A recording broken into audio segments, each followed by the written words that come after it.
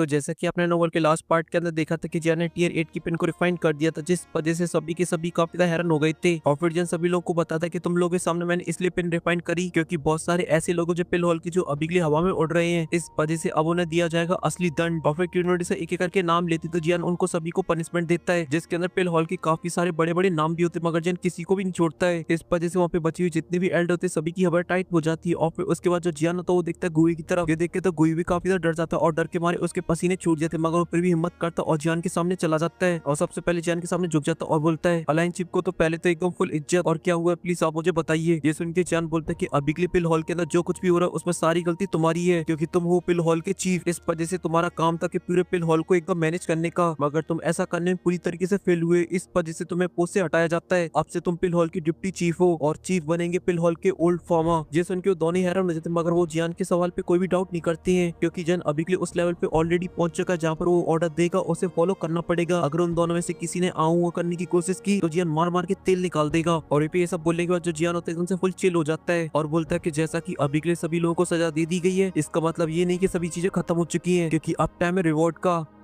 जहाँ पे और इतना बोलती है जन अपनी स्पेस स्ट्रिंग से 2 स्क्रॉलों को बाहर निकालता है और दे देता ओल्ड फार्मा और गुए को, और उन्हें बताते कि मैंने अभी के लिए आपको जो स्क्रॉल दिया उसके अंदर एक ऐसी टेक्निक है जो कि एंशिएंट टाइम की, जिसकी मदद से आप कल्टीवेट कर सकते हैं स्पिरिचुअल स्ट्रेंथ को, जो कि किसी भी टियर 7 के हाई ग्रेड के एल्केमिस्ट के लिए काफी ज्यादा फायदेमंद होती है, क्योंकि इसकी मदद से वो ब्रेक थ्रू कर सकता है टियर 8 के अंदर। इसी वजह से पिल हॉल के अंदर अभी के लिए बाकी के जितने भी एल्केमिस्ट है जिनका टियर अभी के लिए लो है, तो जल्दी से अपने टियर को बढ़ाएं, उसके बाद आप भी इस कल्टीवेशन मेथड को सीख पाओगे और बन पाओगे टियर 8 का एल्केमिस्ट। इसलिए मेहनत में कोई भी कमी मत छोड़ना। ये सब सुन के वहाँ पे जितने भी लोग थे खुश होने की जगह सभी के सभी हैरान हो चुके थे। यहाँ तक कि ओल्ड फार्मा और गुई थे वो भी अभी के लिए पूरी तरीके से हैरान हो चुके थे और बोलते हैं जी ancient cultivation method spiritual strength की। यहाँ तक कि उस अरीना के अंदर बहुत सारे ऐसे एल्केमिस्ट थे जो कि पिल हॉल से भी ज्वाइन नहीं थे, वो भी ये सब सुन के पूरी तरीके से हैरान और भौचक्के रह गए थे, क्योंकि वो इस बात को बहुत ही अच्छे से जानते किसी भी एल्केमिस्ट के लिए स्पिरिचुअल स्ट्रेंथ होना कितना इंपॉर्टेंट है, मगर उन्हें ये नहीं पता था कि कोई ऐसी मेथड भी होती है जिसे उसे ट्रेन किया जा सके। और साथ ही उन्हें अभी के लिए जान की बातों पे 1% डाउट भी नहीं था, क्योंकि जन अभी के लिए ऑलरेडी उस लेवल पे पहुंच चुका है, वो किसी से झूठ वगैरह तो नहीं बोलेगा, वो भी पब्लिकली। इसी वजह से वहाँ पे जितने भी एल्केमिस्ट होते हैं उनकी आंखों में आ जाती चमक और वो देखते सीधा पिल गुए और ओल्ड फार्मा को और बोलते कि मुझे नहीं पता था कि इस पिल हॉल को ज्वाइन करने के इतने खतरनाक वाले फायदे हैं। इसी वजह से मुझे जैसे ही मौका मिलेगा मैं पुरानी सेक्शन को छोड़कर इस पिल हॉल को ज्वाइन कर लूंगा। भले ही यहाँ के जो रूल्स है वो काफी ज्यादा हार्ड है, मगर इससे हमारे जो फ्यूचर है वो ब्राइट हो सकता है। और साथ ही अभी के लिए यहाँ पे जो बाकी के एल्केमिस्टों के साथ हुआ उनमें उनकी गलती है, क्योंकि वही चोरी वगैरह करते थे। और यहाँ पे जो ओल्ड फार्मा और जो पिल गुए थे उनके तो डर के मारे हाथ कांप रहे थे, क्योंकि उन्होंने ये तो सुन रखा था कि एंशिएंट टाइम में बहुत सारे ऐसी मेथड हुआ करती थी जिससे सोल और स्पिरिचुअल स्ट्रेंथ को कल्टीवेट किया जा सकता था, मगर उन्होंने 1% भी नहीं सोचा था कि जियान के पास ऐसी मेथड भी होगी और ऊपर से वो उन दोनों को दे देगा। और यहाँ पे जो क्यून मेडुसा होती है इस नजारे को देख रही होती है जहाँ पे एकदम चारों तरफ खुशी का माहौल होता है, सभी एकदम खुशी के मारे झूम रहे थे। ये सब देख के उसके चेहरे पे स्माइल आ जाती है और वो अपने मन में बोलती है जियान सच में अभी के लिए काफी ज्यादा चालाक हो गया है, उसने पहले सभी लोगों को डराया धमकाया और तब मुझे एक पल के लिए ऐसा लगा कि सभी लोग यान लाइन से डरने लगेंगे। अगर तभी जियान ने यूज की दूसरी मेथड जहाँ पे सभी लोग को दे दिए रिवॉर्ड, जिस वजह से सभी लोग डर को भूल गए और रिवॉर्ड के चक्कर में एकदम खुशी से बावले हो गए। इस वजह से जियान इन लोगों को दोनों तरीके से कंट्रोल कर सकता है, चाहे फिर वो डरो चाहे फिर वो प्यारो। और फिर उसके बाद जो क्यून मेडुसा होती है एक बार अच्छे से पूरी तरीके से जियान को देखती है और बोलती है ये पहले एक नंबर का टर्की हुआ करता था, मगर इन कुछ टाइमों के अंदर ही काफी ज्यादा मैच्योर हो चुका है, क्योंकि इसने काफी अच्छे तरीके से पिल हॉल के कैंसर को हटा दिया पूरी तरीके से। इस वजह से जो फ्यूचर होगा यान लाइंस का वो काफी ज्यादा ब्राइट होगा। आगे चल के जो यान लाइंस पूरे नॉर्दर्न रीजन को कब्जा लेगी और डोमिनेट करेगी। और फिर इसी के साथ सीन कट हो जाता है, फिर हमें 2 दिन के बाद का सीन दिखाया जाता है, क्योंकि इस बीच जियान ने पूरी तरीके से रेस्ट किया था, क्योंकि उसने कंटिन्यू 8 दिन तक पिन को रिफाइन किया था। इस वजह से वो काफी ज्यादा एडजस्ट हो चुका होता है। तभी हमें एक बड़े से रूम का सीन दिखाया जाता है जहाँ पे जो जियान होता है वो बैठा हुआ होता है और उसके हाथ में होती है एक जेट बोतल। तभी जो क्यून मेडुसा होती है जियान को देखकर बोलती है क्या अभी के लिए तुम्हारे हाथ में जो पिल है वो फर्स्ट स्टार पिल है। ये सुन के जो जियान होता है वो हमें नोट कर देता है। तभी जो क्यून मेडुसा होती है वो बोलती है क्या ये टियर 8 की पिल अभी के लिए जाओ जाओ को देना सही रहेगा, क्योंकि इसके अंदर जो एनर्जी है वो काफी ज्यादा हाई है, भले ही वो अभी के लिए काफी ज्यादा स्ट्रॉन्ग है मगर है तो वो अभी के लिए एक छोटी बच्ची। और जब जियान क्यून मेडुसा को इतना तो परेशान देता तो स्माइल के साथ बोलता है तुम्हें अभी के लिए इतनी ज्यादा चिंता करने की कोई भी जरूरत नहीं है, तुम्हें नहीं पता कि मेरे मास्टर किस तरीके के आदमी थे। पहले पिल खिला देते थे उसके बाद बोलते थे तो बहुत ही ज्यादा खतरनाक है, इसे तुम टेवी बोल सकते थे, मगर तुम अभी के लिए जाओ को लेकर बिल्कुल भी टेंशन मत लो, क्योंकि जो फर्स्ट स्टार पिल है वो भले एक टियर 8 की पिल है मगर इसके अंदर जो एनर्जी है वो बहुत ही ज्यादा जेंटल है, इस वजह से वो किसी को भी नुकसान नहीं पहुंचाती है, क्योंकि जैसे जाओ बड़ी होती है उसी के अकॉर्डिंग उसे एनर्जी मिलती रहेगी। और साथ ही जाओ की जो फाउंडेशन वो वैसी काफी ज्यादा स्ट्रॉन्ग है, बस अभी के लिए उसकी बॉडी के अंदर जो एनर्जी वो काफी ज्यादा वायलेंट है, इस वजह से ये एनर्जी उसे स्टेबल करेगी। ये सब एक्सप्लेनेशन उनके जो क्यून मेडुसा होती है वो शांत हो जाती है। और फिर उसके बाद जो जियान होता है जाओ को अपने पास बुलाता है और उसे अपनी गोदी में ले लेता और फिर उसके मुंह में रख देता है, जहाँ पे जो जाओ होती थोड़ी देर हिचकिचाती है, मगर वो देखती है उसकी मदर कुछ भी नहीं बोली तो उस पिल को कटक लेती है और वो चली जाती है जाओ की पेट के अंदर, और जाती वो एक एनर्जी क्लस्टर के अंदर कन्वर्ट हो जाती है, जिस वजह से एक थोड़ी सी एनर्जी का ब्लास्ट होता है आसपास, और साथ ही जो जाओ उसकी पलकें भारी होने लगती है और वो कुछ ही पल के अंदर ही वहाँ पे सो जाती है। ये देख के जो जियान होता है जाओ को क्वीन मेडुसा को दे देता और बोलता कि एनर्जी इस तरीके से रिएक्ट करती है पिल की, और अभी के लिए मैं जाओ के पास उठने का वेट करना है, उसके बाद पता चलेगा पिल काम कर रही है कि नहीं कर रही है। ये सुन के जो क्वीन मेडुसा होती है वो हमें तो नोट कर देती, मगर उसे अभी के लिए जाओ की काफी ज्यादा चिंता हो रही होती है, इस वजह से उसे देखने लगती है। और अभी जब जियान उसकी मासूमियत को देखता तो बेचारा एकदम से पागल हो जाता है, क्योंकि हमारी रानी लग रही थी सबसे प्यारी, लेकिन तभी उसे कुछ याद आ जाता है और वो बोलता है क्वीन मेडुसा से, अभी के लिए फर्स्ट भाई ने मेरे से एक बात को बोला था कि मैं तुमसे शादी कर लूं जिससे तुम जाओ क्लैन की मेंबर बन पाओ, तो बताओ तुम्हारा इसको लेके क्या ओपिनियन है। और जब क्वीन मेडुसा इन सभी वर्डों को सुनते एकदम से हैरान रह जाती है और उसके चेहरे पे आ जाती है कमाल की लाली, जैसे देखती है जियान का जो ठरकी मूड होता है एक्टिवेट हो जाता है और अपने कदमों को बढ़ाता और पहुंच जाता है क्वीन मेडुसा के पास और उसकी पतली सी कमर पे रख देता है अपने दोनों हाथ, जिस वजह से जियान की बॉडी में दौड़ जाता है एकदम 440 वोल्ट का झटका, मतलब करंट। और फिर उसके बाद रूम के पर्दे लग जाते हैं और फिर रूम के अंदर क्या होता है वो हमें पता नहीं चलता है, मगर आप तो समझदार हो, समझ सकते हो। और ऐसी जान की यान लाइन्स के अंदर जो दिन होते हैं वो एकदम मस्त कट रहे होते हैं, जहाँ पे उस बड़ी सी बॉल से जो नुकसान हुआ होता है यान लाइन्स को, उसको जियान का फर्स्ट भाई, सेकंड भाई और क्वीन मेडुसा संभाल रहे होते हैं। और जो जियान तो पूरे दिन खेलता रहता है जाओ के साथ, क्योंकि काफी लंबे टाइम से जाओ के साथ नहीं रहता, इस वजह से वो अपना पूरा टाइम दिन का देता है जाओ को, और जैसी रात होती है फिर वो खेलना स्टार्ट कर देता है क्वीन मेडुसा के साथ, कि रात का टाइम पूरा जाता है क्वीन मेडुसा को। और इस बीच उसे कहीं टाइम मिल जाता तो फिर वो काम करता था बॉमोल के ऊपर, जो कि सीधा यान लाइन्स को कनेक्ट करेगा सीधा पॉलिंगस्टर पवेलियन से, जिस वजह से जियान के दोनों ग्रुप का जो डिस्टेंस होगी वो काफी ज्यादा कम हो जाएगी, इसलिए किसी के ऊपर भी कोई भी मुसीबत आती तो एक दूसरे की मदद करने के लिए पहुंचा जा सके बहुत ही जल्दी। और साथ ही साथ जो यान लाइन्स की पावर है वो भी काफी ज्यादा बढ़ जाएगी फॉलिंग स्टार पवेलियन से कनेक्ट करती, क्योंकि तब एक पैर मास्टर का फॉलिंग स्टार पवेलियन के अंदर होगा तो दूसरा पैर यान लाइन्स के अंदर, और फिर नॉर्दर्न रीजन के अंदर किसी के बाप में दम नहीं है जो यान लाइन्स से टकरा पाए। और साथ ही जाने जो जाओ गेट बनाया था ब्लैक कॉर्न रीजन के अंदर अब वो भी काफी ज्यादा बड़ा हो चुका है, और उसका सबसे बड़ा क्रेडिट जाता है पेन गेट को, क्योंकि वहाँ से साओ गेट को काफी सारे पावरफुल वॉरियर मिलते थे, इस वजह से एक टाइम पे यान लाइन्स वहां तक भी पहुंच जाएगा। इसके बाद इन दोनों रीजनों को डोमिनेट करेगा जियान, और फिर एक टाइम ऐसा आएगा कि फॉलिंग स्टार पवेलियन भी कनेक्ट कर जाएगा इन तीनों से, जिसके बाद जियान का कंट्रोल होगा 3 रीजन के अंदर, चाहे वो नॉर्दर्न रीजन हो, चाहे फिर वो ब्लैक कॉर्न रीजन हो, चाहे वो सेंट्रल प्लेन हो, उन सभी में जियान की कंबाइन अलायंस काम करेगी और इसका नाम होगा स्काई मेंशन। अरे सॉरी भूल जाओ, मैंने गलत नाम ले दिया, अभी तो इसकी कोई भी प्लानिंग नहीं है। इस वजह से वापस एपिसोड के ऊपर आ जाते जहाँ पर हमें दिखाया जाता है यान लाइन्स के अंदर एक बड़ा सा रूम, जिसके अंदर जियान के दोनों भाई होते हैं और उन्हीं के सामने जाओ मस्ती रख रही होती है और उसके साथ खेल रही होती है क्वीन मेडुसा, जिस वजह से पूरे रूम के अंदर बस इन दोनों की आवाजें गूंज रही होती है। जो जियान होता है बैठा हुआ इन दोनों की मस्तियों को देख रहा होता है, जहाँ पर जब क्वीन मेडुसा के चेहरे पे स्माइल आती थी तो जियान के चेहरे पे अपने आप ही स्माइल आ जाती थी। और भी जियान के फर्स्ट भाई और सेकंड भाई ने क्वीन मेडुसा और जियान की शादी के लिए जो प्रिपरेशन थी वो पूरी कंप्लीट कर ली थी, जो कि फिलहाल के लिए अभी के लिए ग्रैंड नहीं होती, क्योंकि इसके अंदर सिर्फ 2 ही लोग होते हैं, जियान का फर्स्ट भाई और जियान का सेकंड भाई, मगर फिर भी जो शादी का माहौल होता है एकदम तगड़ा होता है। और पे जो जियान होता है वो अपने भाइयों को अपने सारे कांड बता रहा होता है जो कि उसने सेंट्रल प्लेन के अंदर झेले हैं, जहाँ पर वो कई बार मरने से बचा और कैसे अपनी स्ट्रेंथ को बढ़ाया उसने, जिस वजह से जियान के दोनों भाइयों को पता चलता है कि उनकी लाइफ जितनी खतरनाक रही है उससे कई गुना खतरनाक उसके भाई की जिंदगी रही है। इसी वजह से जियान के फर्स्ट भाई और सेकंड भाई का जो भाईचारा होता है जियान को लेके एकदम से टॉप पे पहुंच चुका होता है। इसी वजह से जो सॉर्डिंग होता है जियान से बोलता है मेरे छोटे भाई तुम्हारे लिए ये साले कुछ ज्यादा ही हार्ड रही है। जैसे उनके जियान के चेहरे पे स्माइल आ जाती है और बोलता है अगर इससे हमारा परिवार फिर से एक हो सकता है तो फिर मैं ऐसी मुसीबतों को 100 बार झेलने के लिए तैयार हूँ। और साथ ही मैं ये बात कोई बहुत ही अच्छे से जानता हूँ कि तुम दोनों अभी के लिए मेरे लिए जान भी दे सकते हो। इस वजह से मेरा फर्ज बनता है कि जाओ क्लैन को फिर से खड़ा करूँ। जैसे उनकी जान के दोनों भाइयों के चेहरे पे स्माइल आ जाती है और फिर वो तीनों जाके झप्पी वप्पी एक दूसरे को देने लगते हैं। और फिर दूर बैठी क्वीन मेड से इन तीनों भाइयों के प्रेम को देखती तो उसके चेहरे पे भी स्माइल आ जाती है और तभी जान को याद आ जाती है जाओ जुआन की। इस वजह से वो अपने भाइयों को बता देता है जाओ जुआन के बारे में, जिसे सुन के तो उनके एकदम से तोते उड़ जाती हैं। उन्हें इस बात का बिल्कुल भी आइडिया नहीं था कि उनको जाओ क्लैन जो कि एक भूटान सिटी के अंदर एक छोटी सी गली के अंदर रहता है वो आखिर इतनी पावरफुल एंशिएंट हिस्ट्री को रखता है, जो कि पूरे कॉन्टिनेंट की 8 एंशिएंट क्लैनों में से एक है, वो भी स्ट्रॉन्गेस्ट। लेकिन तभी जान ये भी बताता कि हमारा जाओ क्लैन इसलिए डिक्लाइन कर गया क्योंकि जो हमारी ब्लड लाइन है वो पूरी तरीके से एग्जॉस्ट हो गई। लेकिन अपने ग्रेट एंसेस्टर जाओ जुआन ने कुछ ब्लड लाइन को सेव कर रखा होता है, इस वजह से उसका जो पार्ट है अब वो मेरी बॉडी के अंदर जो कि लास्ट ब्लड लाइन है जाओ क्लैन की। और साथ ही यही रीजन है जिसकी वजह से हुलुफसुल अभी के लिए हमारे पीछे पड़ा हुआ है। ये सुन के जियान का जो फर्स्ट भाई होता है वो हैरान हो जाता है और बोलता है हमारी ब्लड लाइन पूरी तरीके से खत्म हो चुकी है तो फिर अभी के लिए हुलुफसुल हमारे पीछे क्यों पड़ा है, क्योंकि अब तो हम लोग किसी भी काम के नहीं बचे हैं। फिर भी मुझे जितना पता है कि अभी के लिए हुलुफसुल के लोग वो जाओ क्लैन के हर एक मेंबर को पकड़ना चाहते हैं जिनके अंदर जाओ क्लैन का ब्लड दौड़ रहा है। ये सुन के तो जियान भी कंफ्यूज हो जाता है और सोच विचार करने लगता है और बोलता है कि आखिर हुलुफसुल के लोग सच में क्यों सभी लोगों को पकड़ना चाहते हैं, क्योंकि अगर वो होस्टेज बना के मुझसे 2C एम्पर जेट का पीस लेना चाहते हैं तो फिर वो तो मैं अपने फादर के लिए भी दे सकता हूँ, सभी लोग की जरूरत ही नहीं है। आखिर इस पीली दाल के अंदर क्या चीज काट ली है समझ नहीं आ रहा है, क्योंकि जो हुलुफसुल वो कोई ऐसे फालतू में काम नहीं करता है, जरूर उसके पीछे कोई बड़ा मकसद होगा मगर क्या है समझ नहीं आ रही है। लेकिन तभी जो जाओडिंग होता है वो जियान से बोलता है कि मगर तुम अभी के लिए अपने जाओ क्लैन के मेंबर की चिंता मत करो, क्योंकि मैंने ऑलरेडी सभी को अलग अलग डायरेक्शन में भेज दिया है। इस वजह से सभी को पकड़ना बहुत ही ज्यादा मुश्किल है, या बोला जाए ऑलमोस्ट नामुमकिन। इसी वजह से जब तक हमारा क्लैन कमजोर है तब तक वो लोग दूर रहेंगे, मगर एक बार जैसे हम लोग स्ट्रॉन्ग हो जाते हैं तो फिर सभी मेंबर एक साथ आएंगे एक बार फिर। ये सुन के जो जियान होता है वो हमें नोट कर देता है और फिर अपनी स्पेस स्टेशन से निकालता है एक स्क्रॉल जो की होता है स्काई पाइथ 3 मिस्ट्री चेंजेस, जो दे देता है अपने सेकंड भाई को और बोलता है कि आप इसे प्रैक्टिस कर सकते हो, क्योंकि इस दाओ स्कूल को बनाने वाले हमारे ग्रेट एंसेस्टर जाओ जुआन है। इस वजह से इस दाओ स्कूल को सबसे बेहतर तरीके से हमारे क्लैन के मेंबर सीख सकते हैं, और जैसे वो परफेक्ट हो जाएंगे तो हमारे क्लैन का क्लैन टैटू अपीयर हो जाएगा। हालांकि वो इतना ज्यादा पावरफुल तो नहीं होगा जितना मेरा है, क्योंकि मेरे पास है ब्लड लाइन जो कि क्लैन टैटू रियल स्ट्रेंथ को रिलीज कर सकती है, मगर फिर भी ये सडनली काफी सारी पावर को बढ़ा सकती है। और साथ ही ये नेसेसरी भी नहीं कि हेवनली फ्लेम की जरूरत ही पड़े, आप किसी नॉर्मल फ्लेम का भी यूज कर सकते हो इसके लिए। और जब ये जियान का सेकंड भाई सुनता है तो बोलता है कि भाई ने बोला सीखने का तो सीखने का, बाकी का पता नहीं काम आती है कि नहीं आती है, मगर छोटे भाई ने बोला सीखने का तो फिर सीखने का ना।